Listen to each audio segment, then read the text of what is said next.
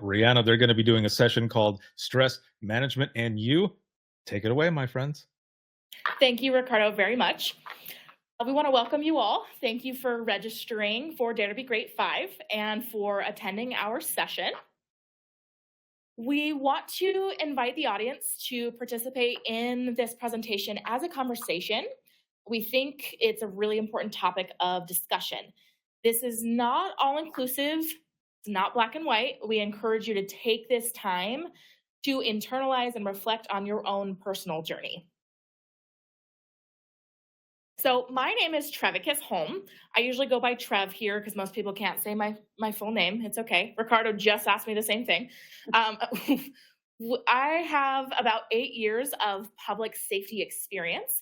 I started as a basic EMT, moved through to my advanced.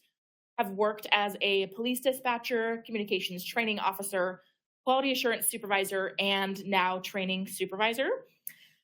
I love telling stories and reading, crafting, telling, any jokes that can make somebody else smile. Like, that's always my go-to. The pride of my lives are my 2 children, dogs.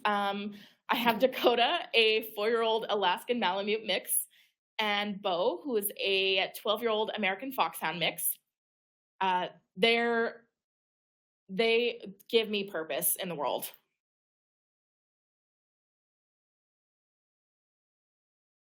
I may have taken this photo of Trev the other day at work. At least my hair looks good, okay? It really does look good. I look classy. So I'm Rihanna Missman. I also work here at Salt Lake Valley Emergency Communication Center in Salt Lake. I'm part of the state CISM team. I just was promoted to training supervisor, and I'm a dispatcher and the lead of our peer support team here. I'm committed to inspiring, healing, and I have a deep, deep passion for this work. How I balance the mental health and my life out is I've got 6 years of life coaching experience. I love to camp. I love to be in nature. I love to be with my family. And that's where I find my balance in my 2 worlds. I just thought I guess we're doing pets. So I thought I'd throw mine in there. And we dress Beanut.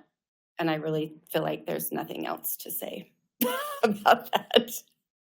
Also, someone commented, "Oh, I look like a mini Taylor Swift." I love Taylor Swift. I love that, actually.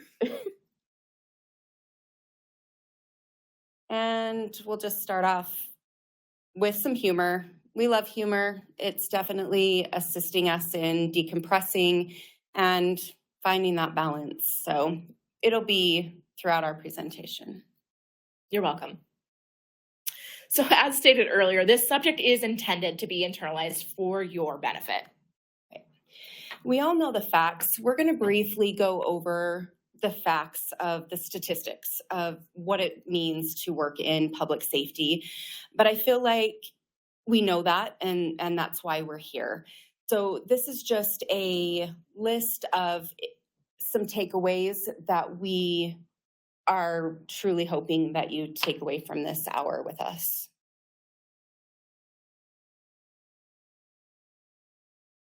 So we're going to start off by getting centered, focused, and present.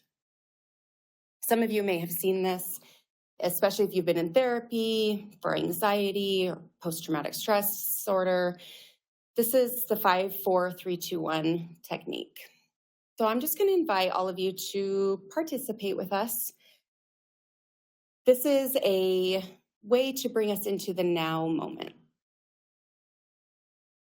So I'm going to ask that you focus on 5 things that you can see. Just from where you are, what is it that you see?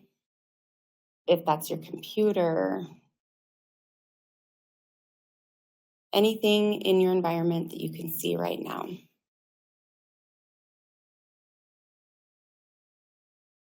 Take a deep breath in and out. Next, just find 4 things that you can touch just from where you are.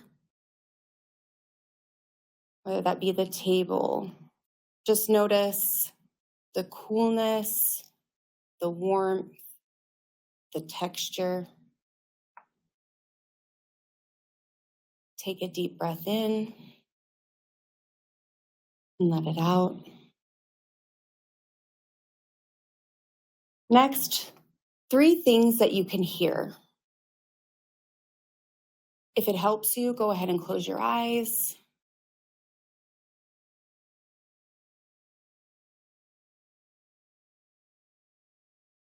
What are 3 things that you can hear right now? Take a deep breath in and let it out. 2 things that you can smell. 2 things in your environment that you can smell, bringing you present into this moment. Take a deep breath in and let it out. Last, just something you can taste. Something that you've got there that you can taste, or something that you can imagine tasting, your favorite food, your favorite drink.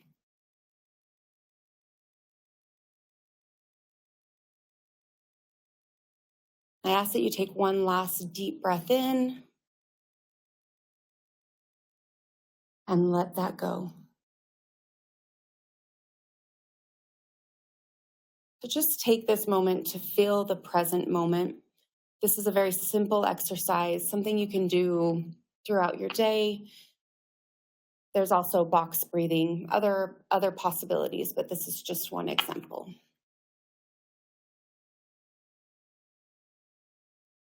So we would like to start out with statistics that have been recorded over the last 5 to 10 years by the NAMI Foundation and by the CDC.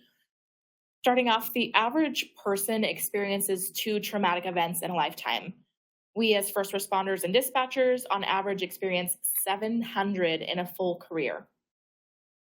First responders are at a significant risk for developing mental health problems due to the nature, frequency, and intensity of duty-related traumatic exposure.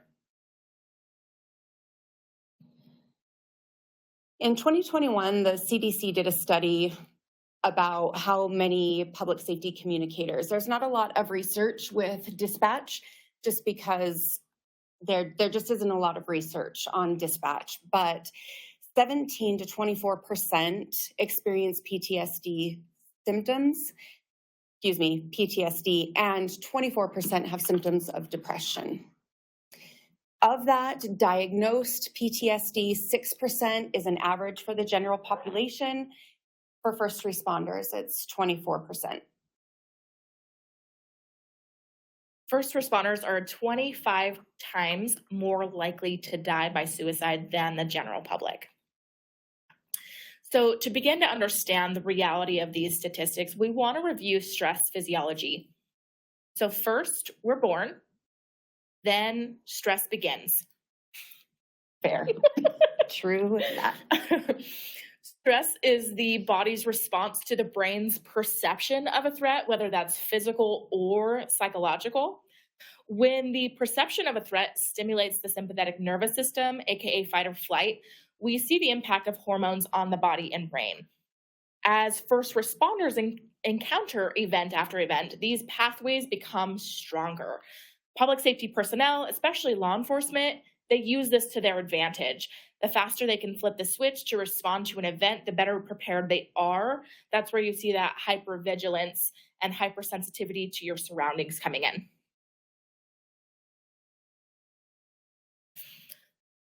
We understand that chronic stress leads to dysfunctional responses in the body, causing a slew of mental and physical deficits.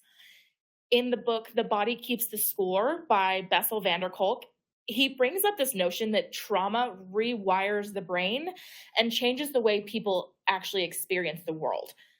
Trauma affects the mind and body and prevents those affected from living in the present. This is an example of a peer support and CISM graph just that I put together showing the heightened cortisol, adrenaline, and norepinephrine levels of first responders versus lay people. The way that this is set up is first responders are in blue and lay people are in orange. You can see that the before incident on the time a portion of the graph versus the cortisol level, they're more or less in a similar general range. The lay people might have a slightly lower cortisol level compared to first responders starting out. Some of these numbers are actual measurements of cortisol, but for these cases, this is an arbitrary amount.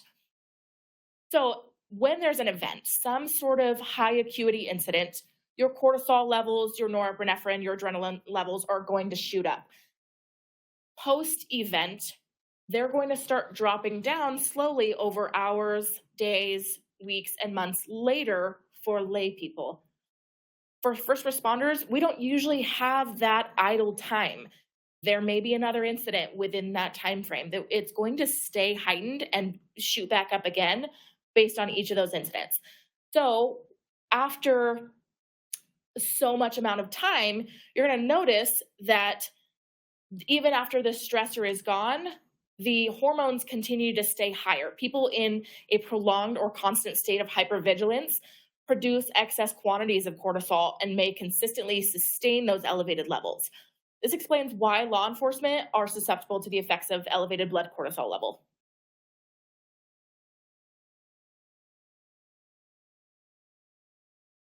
This is just one of our favorite quotes, so we like to bring it up.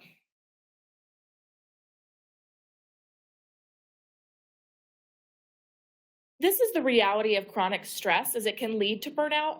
Our definition of burnout is a state of physical and mental exhaustion caused by a depleted ability to cope with daily stressors, not necessarily trauma related, but work related. But for us, it's actually both. Can anyone describe the difference between signs and symptoms?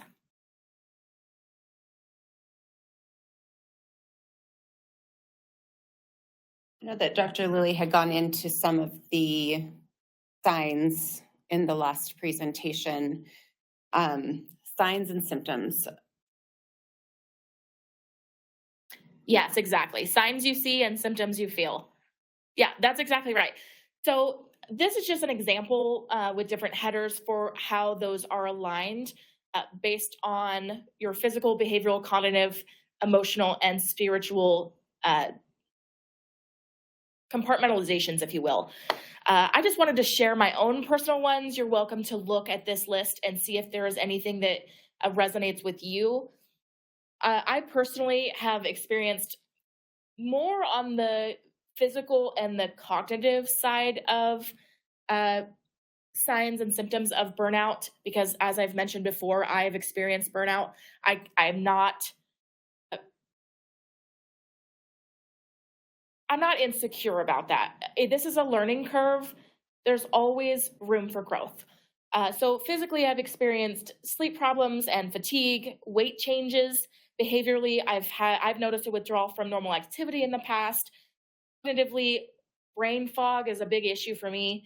And emotionally, I experience heightened anxiety and compassion fatigue.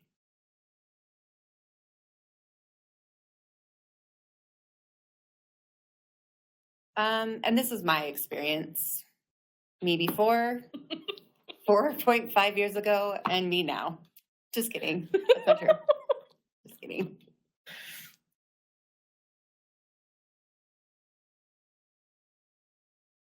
So the takeaway from all of this that I want to share is that you're not meeting your own needs when you're burned out and not coping well.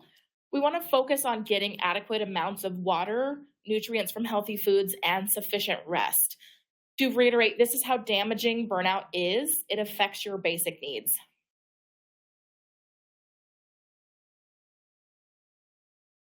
So when your basic needs are impacted, how do you cope?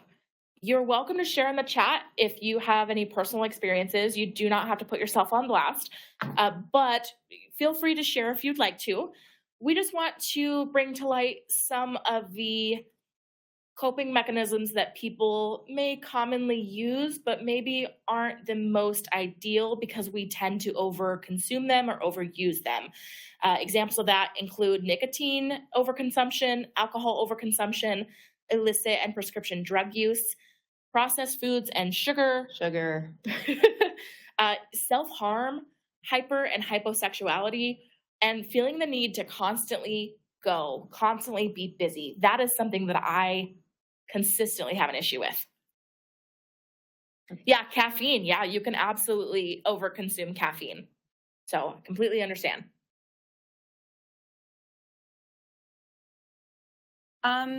I don't know. I just thought that maybe this is a way if somebody else relates to this. Okay. Awesome. So Chelsea just mentioned I would shut down, walk away, and ignore the issue. But currently, she sprays her favorite scent, plays Zen sounds, and gets comfy. Running, beautiful, beautiful coping. That's awesome. Thank you for sharing.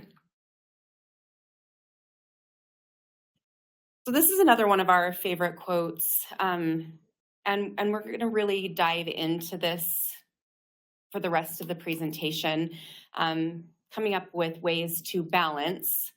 It's something we find. It's not something we find. We have to take the committed action to create it. Oh, sound baths. Yes, I love sound baths. Nice. So the good news is we have the power to shift our reality, just like we were just talking about how Chelsea would shut down, walk away, and now she's doing something different. She's Zen sounds, she gets comfy, she's aware that one way does not work and is making a different choice. And so that is the beautiful part of being human. We do have the power to shift our reality. So we know burnout isn't healthy mentally, physically, but how do we implement this into our life? How do we implement these things? How do we find balance in what we're doing? And I've got approachable here. So what does approachable mean to you? When you think of approachable, what does that mean? So to me, I'll give you an example. So when I am in balance, I'm approachable. I have the extra energy to be approachable. So if my life is somewhat balanced, I'm peaceful inside of myself, and others can feel this. They can energetically feel that I am balanced and approachable. So I also think there's a lot to be said about nonverbal communication. Absolutely. Absolutely. So if I'm pissed off, if I'm out of balance, I'm going to have some closed body language. I'm going to be closed off. I'm going to be shut down. When I'm in balance, I'm approachable. I'm peaceful. People trust me, right? Yeah, I love that. Like Lori said, that they can come to you without fear of judgment or retaliation. Exactly. Because if I'm in balance, I'm in a place where I'm able to consider all of the options, all of the possibilities. I know Dawn had talked about that earlier, about different ways of saying things and different ways of wording things. So if I'm in balance, I'm approachable. I'm also in the present moment. So when I am balanced, I'm able to experience this moment sitting here with Trev. I'm able to go home and hug my family and be in that moment. Right now, if I'm not worried about what's going to happen tomorrow, or if I'm super upset about what happened yesterday, I'm not able to be in the present moment. And this is something that I really feel passionate about, because we always are at choice. We are always at choice to choose something different. And I say be positive. So we're talking about not obnoxiously positive, because look, we're all going to have stuff. We're all going to have stuff that comes up. But what power are we giving these thoughts? What power are we giving um, the negative thoughts, the negative patterns that we play out in our life?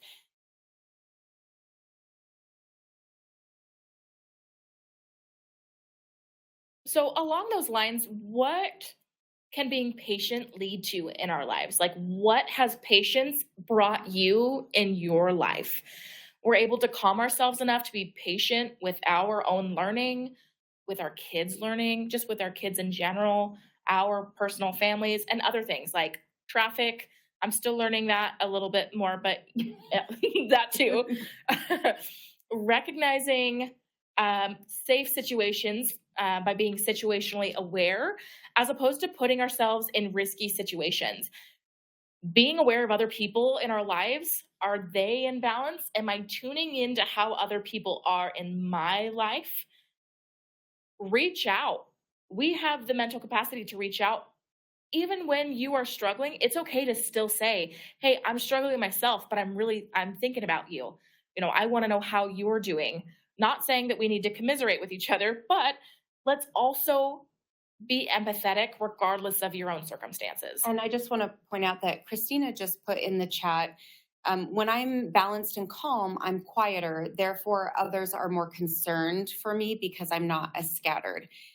So being situationally aware of where we're at, and maybe why people aren't approaching us and asking us if we're okay or not. Like, what is it about us that is projecting that that lack of check-ins? Thank you. I appreciate your feedback on that. As far as being emotionally intelligent, when I'm balanced, I can regulate my own emotions. I keep them in check, so to speak. As I have a realistic hold on my emotions, I'm able to connect with people on a balanced level and have the clarity to see the situation for what it really is.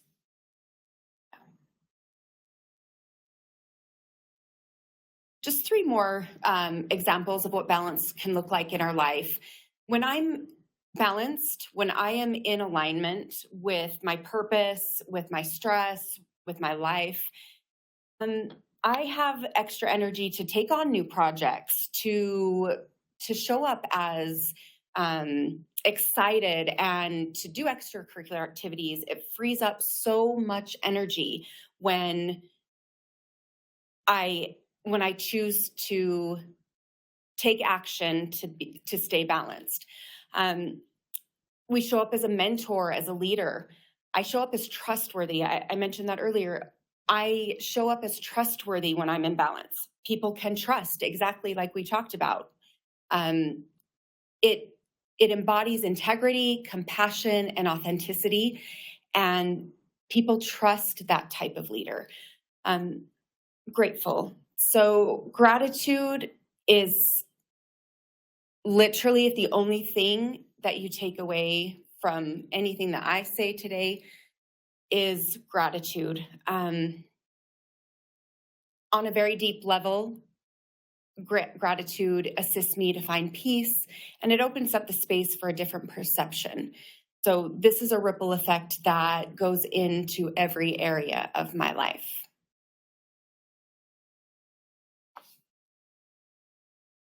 So we want to move into some approaches, right? We've talked about kind of maladaptive coping mechanisms, and what burnout really looks like, and what the physiology of stress is.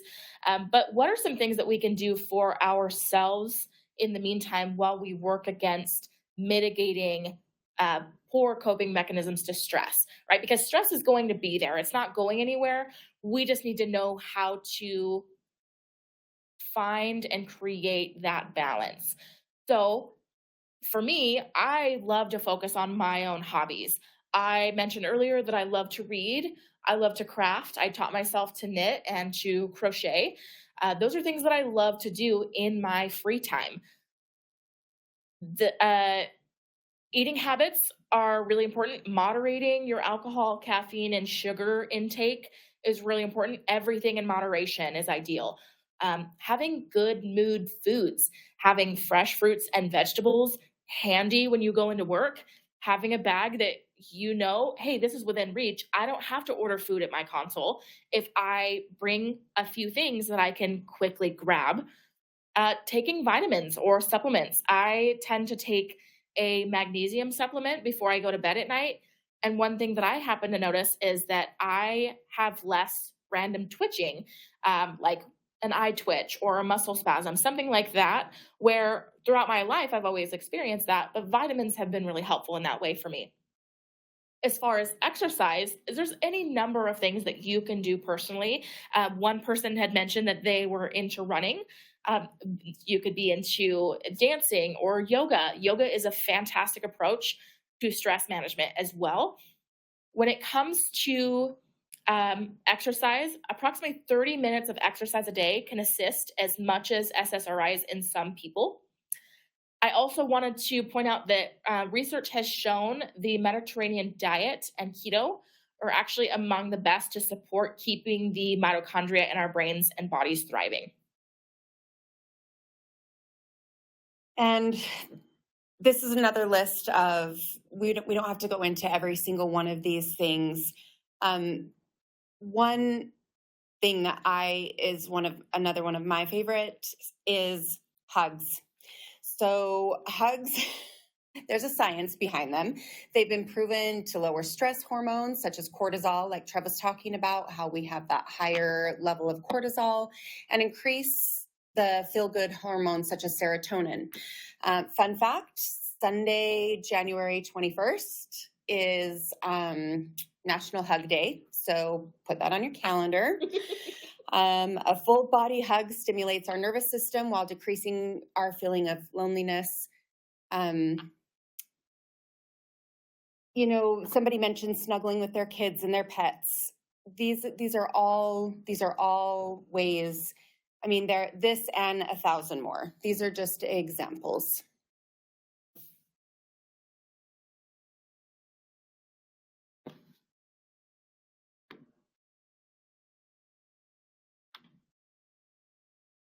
So, mindfulness awareness of one's internal states and surroundings, the more or less the practice of mindfulness is being aware of those things. So we want to find it in ourselves to create this balance by working to be present and be mindful. Ways that you can do that in something that's maybe blocked out in time for you is being present in the moment with your family, friends, pets, like you mentioned, taking action to meet self-made goals, making a benchmark for the end of your week. Like, I'm going to do this one time per week for the next 52 weeks, whatever that might look like for you. Starting your day with intentional movement, like yoga or even stretching from bed. Observing your breathing at any time, especially when you've noticed that you're a little stressed or your muscles are a little tense. Finding focus on your passions with whatever time increments are available to you. If you're dropping off kids at school, waiting in the line to, pull up to the front, take a moment to do that 5 senses technique or do some box breathing. Consciously and slowly eat your food. Smell, taste, enjoy everything about it in that moment. Notice nature. Whether going for a drive or going for a walk, hike, something like that, creating the time in your day to just notice these things that's a great resource. Enjoy mindful, creative movement, like concentrating while you're walking, concentrating while you're going up or down stairs, listening to music that makes you feel good, and end your day on a positive note. Whatever that might look like for you, singing with your family, enjoying a meal with a significant other, writing in a gratitude journal. Another option that I really like is winding down before bed. Having a routine gives us something to count on. So what does that look like for you? Do you brush your teeth and floss before bed? Do you have a habit of taking vitamins before bed? Do you lay in bed and play on your phone for 10 minutes and then put it away? What does that look like for you? I do just want to mention that James says that it's good advice to eat slowly, but you have to eat like you're in an ECC while you're in an ECC, but afterwards, after your shift is when you can do that. Yes, that's a great example, actually. Agreed. I hear you. All right, and Ricardo, do you want to play the video?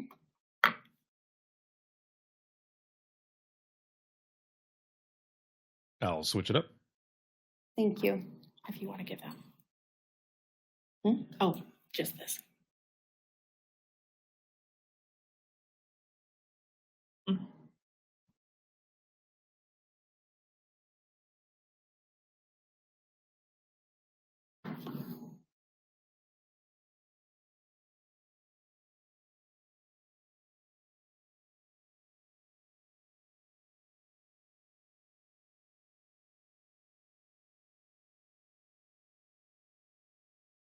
When I watch TV,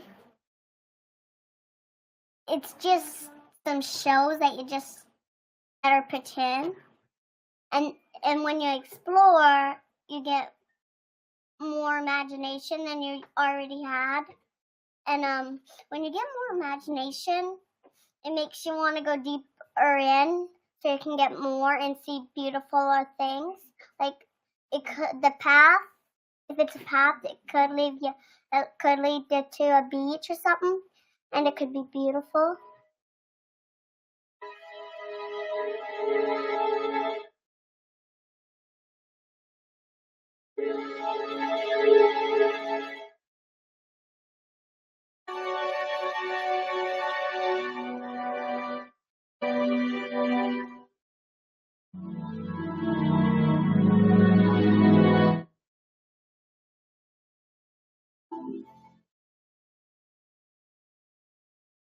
You think this is just another day in your life?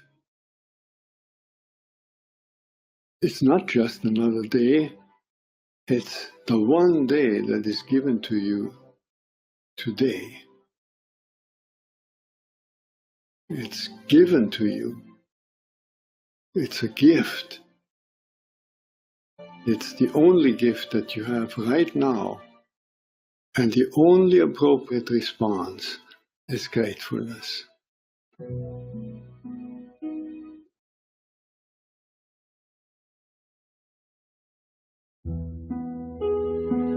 If you do nothing else but to cultivate that response to the great gift that this unique day is, if you learn to respond as if it were the first day in your life and the very last day, then you will have spent this day very well. Begin by opening your eyes and be surprised that you have eyes you can open.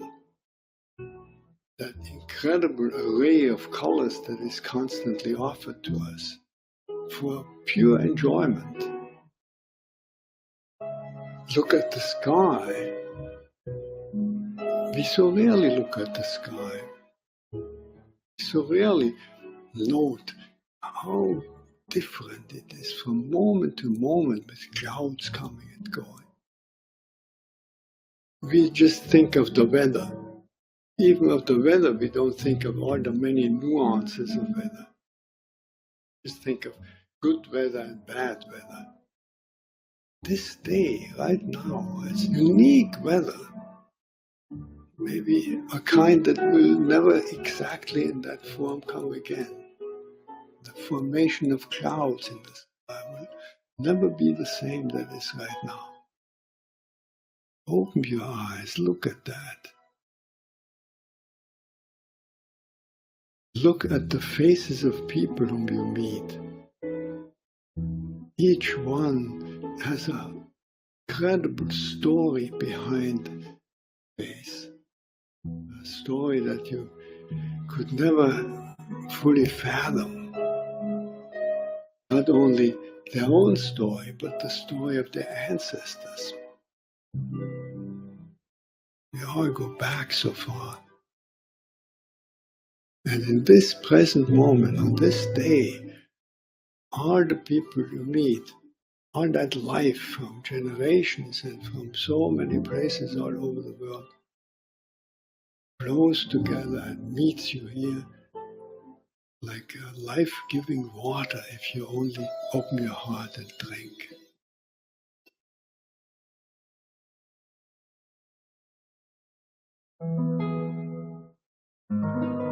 Open your heart to the incredible gifts that civilization gives to us. You flip a switch and there is electric light. You turn a faucet and there is warm water and cold water. And drinkable water. A gift that millions and millions in the world will never experience.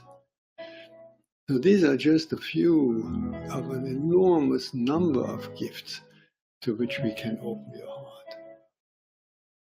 So I wish you that you will open your heart to all these blessings and let them flow through you. That everyone whom you will meet on this day will be blessed by you. Just by your eyes, by your smile, by your touch, just by your presence. Let the gratefulness overflow into blessing all around you. And then it will really be a good day.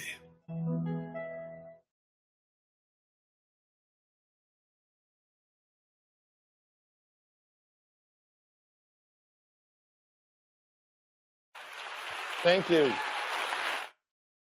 Thank you very much.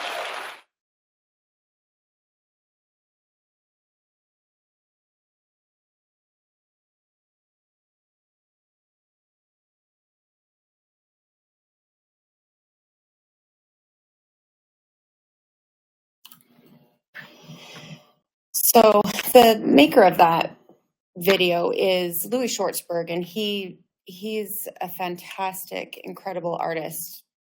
He does time-lapse videos of how flowers bloom. And that video has just inspired me many, many times over in my life to shift my perspective and just bring me back into the now moment. Working in emergency communications, it's crazy, it's hectic, it's always going, but I get to go home to my family, and I'm super, super grateful for that. So this video is something I wanted to share just as an example of how I find a different perspective after a really hard day.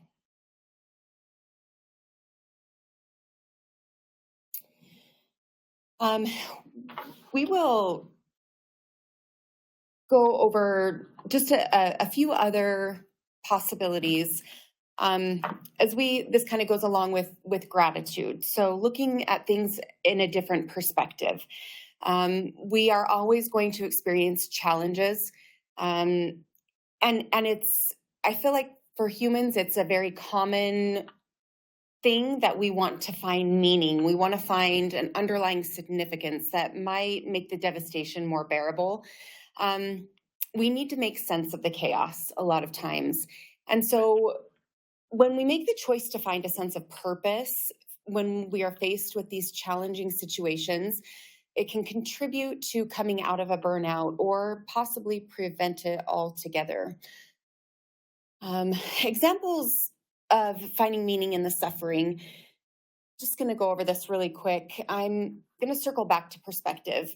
So as we move through the next couple of topics, I just ask that you allow yourself to be open to the possibility. It doesn't have to resonate with you, and that's okay. Just put it on the shelf because maybe it might one day. talking about tragedies and the things that we experience as a society, one thing that has come up a lot is school shootings. I can't even fathom what that is like to be involved in any aspect of that. But I know one thing that I've heard and one thing that I've experienced on a lot of things that I've read and watched is the people coming together in this senseless and tragic situation. Communities come together. Families are rallied around and lifted up and supported, and compassion is overflowing into their world. The same goes with a situation where a suicide is involved. Relationships are formed when people become more vulnerable through tragedy. Empathy is experienced. And when someone overcomes a tragedy or survives a tragedy, this can lead to a greater sense of determination and willpower. So by actively searching for a blessing, gratitude, or a connection, a person can use this as a catalyst for advancing to a higher level of psychological functioning. So this literally can change the neural pathways in our brains to release the trauma and to find a state of calm. So just a question, by seeing the situation through a different lens, how am I able to show up for others in my life? So if I experience something that is traumatic, if I take a call, if I dispatch a call, if the results of that call are traumatic for me, what can I do to shift my perception, and how can I show up for others by doing this? Possibly inspiring someone else to see it through a different lens as I choose to take that on myself.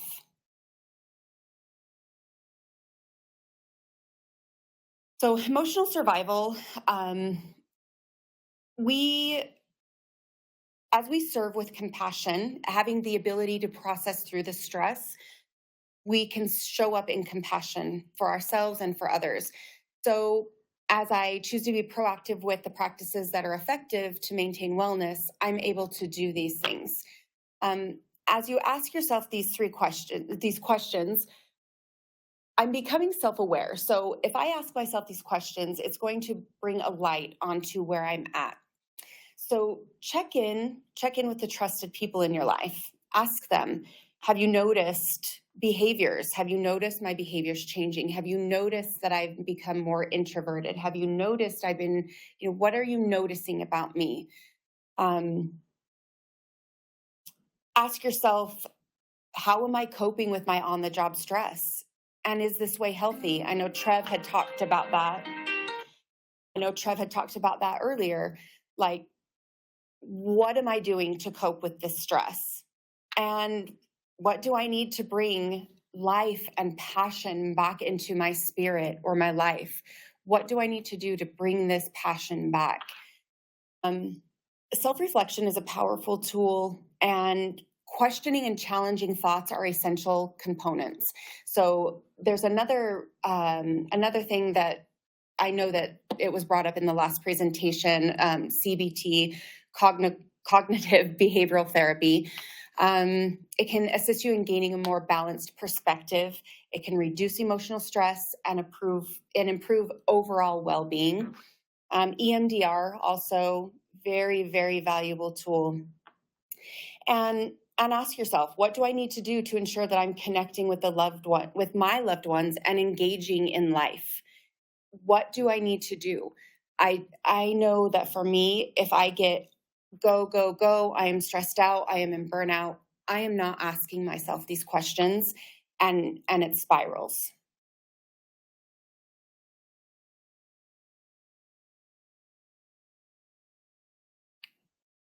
So following through this, we want to be our word. That's something that's been a very poignant purposeful thing for Brianna and I since we've met. It's so important for us to be who we say that we are going to be and show up in that way as consistently as possible. When we have strong character, it can free up so much energy. If I'm choosing to be these qualities, having integrity, being dependable, being resilient or dedicated, motivating, I'm not causing extra stress on myself by feeling guilt, shame, disappointment.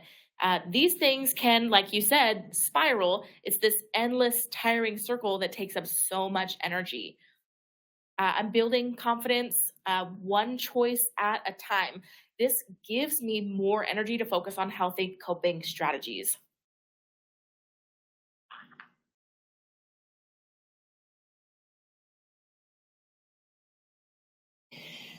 So this is just a suggestion. Get clear on what I can control. So my reactions to people and events, I can control. I can control my compassion. I can control my truth. I can control my integrity, and I can control my peace. And in a world that we're in, a lot of situations are absolutely out of our control, and that can lead to absolute unhealthy coping mechanisms and compassion fatigue.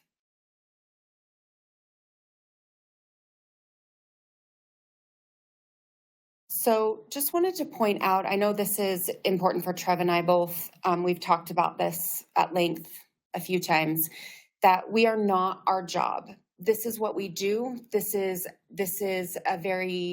for myself, this is a passion, but it's a role I play. This does not make who I am. There are lots of other facets to the person that I am. And I would invite you to take a look at what other facets, what other roles do you play in your life other than being a dispatcher, being a call taker. When we define ourselves as just our job, it can lead to devastating results, because everything that we truly do not have control over, it's taken so personally if that is how I define myself. It's wonderful to take pride in our jobs, but we also get to embrace and honor the other parts of us.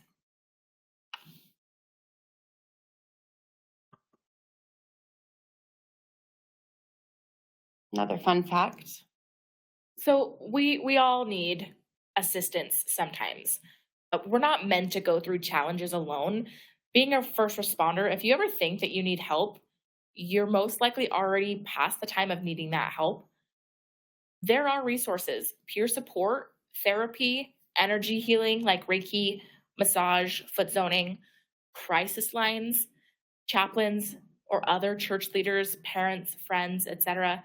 It's important to lean on people, as soon as you're feeling these changes, and these signs and symptoms of your life.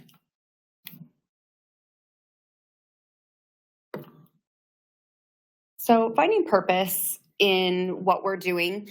So restructuring our boundaries, our priorities, being in service. Being in service is a beautiful way. I know Trev volunteers a lot.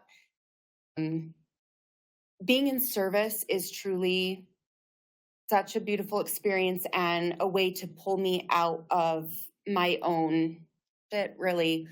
Being in service to my community, to my friends, my family, strangers. There's so many ways to show up in service.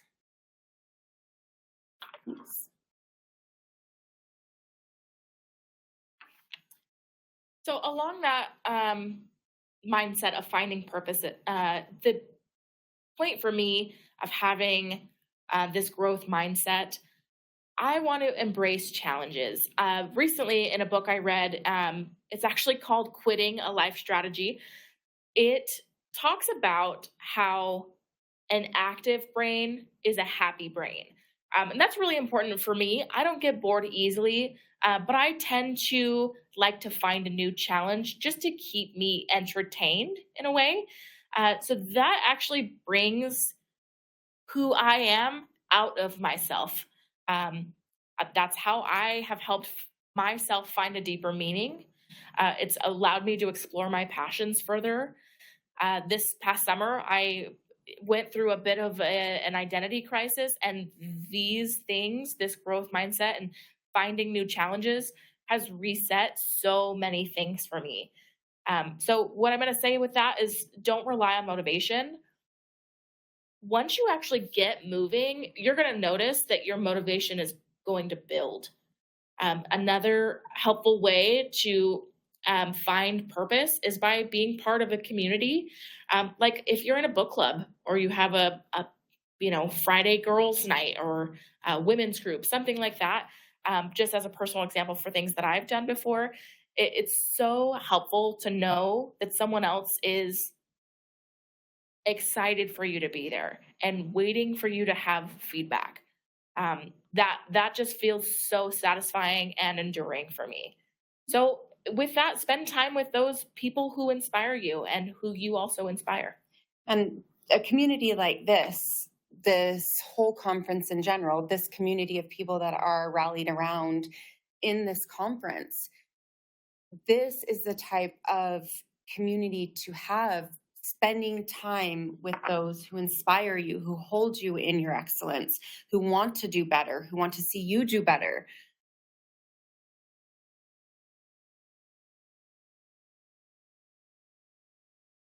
So these are just some possibilities. I know it can seem so overwhelming to make these changes in our life, but again, setting an intention. Intention, there is power in intention. There's power in our word.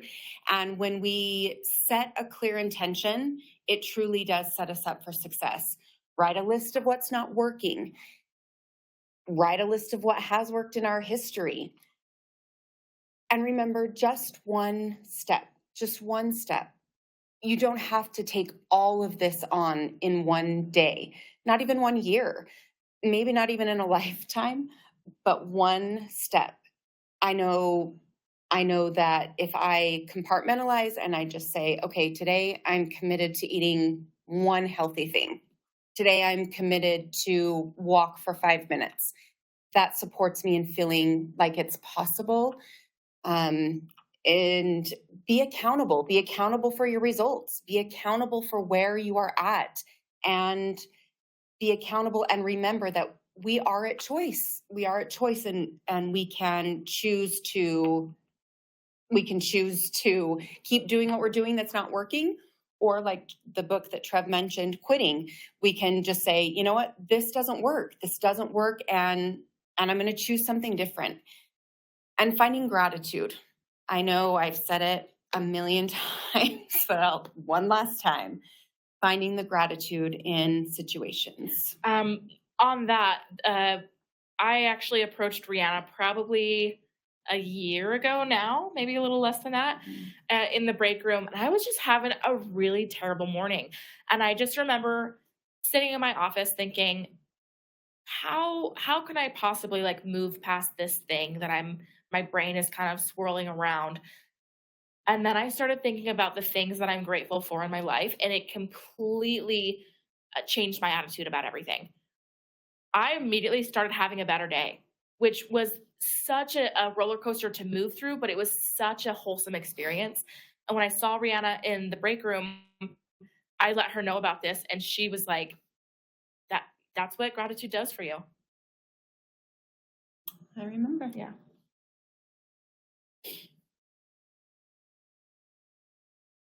And Brene Brown is a goddess, so basically anything she says is magic.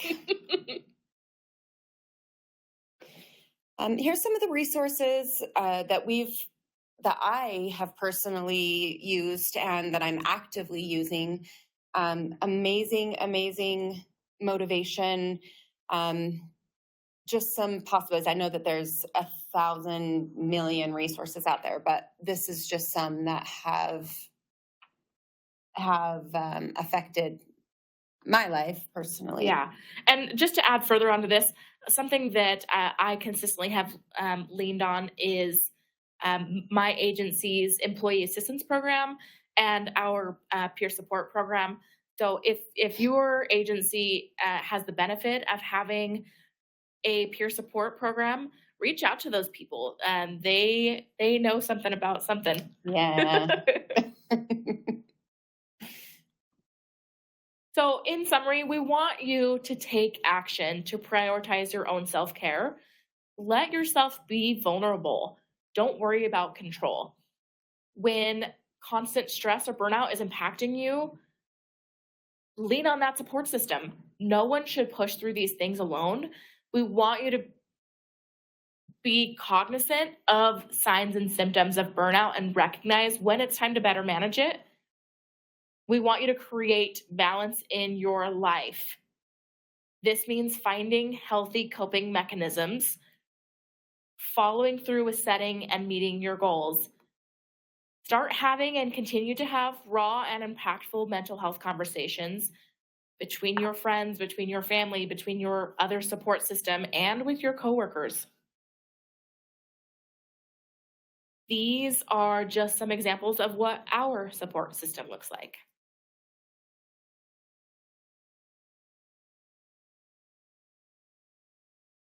Well, we really appreciate you listening to us ramble on for an hour or approximately or so. Oh, it's been 57 minutes. So.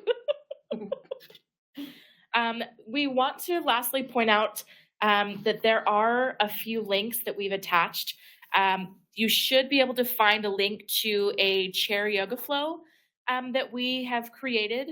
This is just something that you can use actually while you're on the floor, even at home, but sitting in a chair. This will walk you through that process of doing a little stretching, doing a little mindfulness, taking a moment to focus on your breathing. We also have a couple of other documents that are attached as well. One is an LEC 5. It's got 2 parts to it. This is for you to kind of bring your own trauma into focus. That's not something you need to share with anyone else, but it's just a helpful way to understand how you are dealing with your own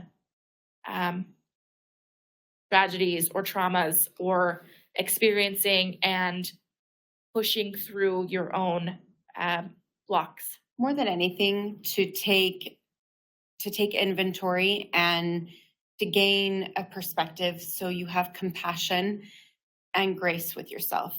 It's a very interesting test to take, and it's super simple, but it's a powerful result, and it can support you in finding compassion for yourself. One last cute little thing is this thing that you can print out. It's one grateful thought is a ray of sunshine. I have many of these, and I've created many of these. It supports me in just writing pen to paper, shifting my brain from the repetitive thoughts to what I'm actually grateful for. It engages a different part of your brain when you take a pen to paper, and it brings it more into our reality. So that's all we have for today. Thank you so much for listening and joining us, and thanks for everybody contributing. And Ricardo, thank you for having this amazing conference and bringing everyone together. We hope to see you next year. Oh man, you're already calling out. Doing it next year. You know, it's what's first of all. Oh, I like that. Just throw it. All you needed was the snap and the twist. For those watching and listening right now, this is the way it was when we were in the green room too. We were having a good time. Yeah. People were already hashtagging in other. Well, see, yeah, Lori has it there as well. People were hashtagging DTBG6 already. So maybe we're gonna have our slick ready next week. It's fine. Oh snaps! Hey, that's awesome. That's one less slick I have to do. We're so balanced. This was excellent. Thank you both very, very much. I don't see anything in the actual question piece, but I think both of you just explained it so well, and the fact that you have materials too. So while everything was going on, well, the session before yours, I was listening and doing my multitasking dispatch style, and on the website, I created 3 different buttons for the both of you. So for everyone who's watching and listening, the whole event has its own portion on my website, and all of the speakers have their own profiles and everything with their slicks and such. So with their information, there are 3 buttons on there that has the chair yoga, gratitude, and the part 1 and 2. The other one that's there is there as well. So you can go to either one. The buttons are there. I put the link in there already. And also, if you join the community, if you go into the attendee feed up at the top, there are links that are there. There are speaker links and there are sponsor links. If you go to the speaker one, both Trev and Rihanna are right there, and the link is there, and it is available for all of you. So I made it as easy as possible. And I just wanted to say that the video, that portion, I had no idea that that's like what was going to be playing and stuff when I had first played it there. And as I was watching it, oh man, that really hit me because it made me think of a moment when I was working like, I mean, I work like crazy now anyway. All of us do, right? But I was watching my daughters play outside and just jumping in the puddles. And I remember standing there and I thought, damn, I am doing too much. I need to step back, reflect, and actually go do the same thing because they're just so carefree. There's nothing else that they were thinking about but having fun. And I had to partake, I had to jump in. But that's what that made me think of. So thank you for that. I love that. Woof. You got you me for all sharing. like up in there as well. I know Shoot. I think we were a little emotional during it too, so we just kind of took a moment. Every time. Yeah. Yeah, that was an excellent one, and I'm gonna make sure to add the link to the graphic that I added there in the community as well, so that people can check that out. And it was 3 minutes 23 seconds, correct?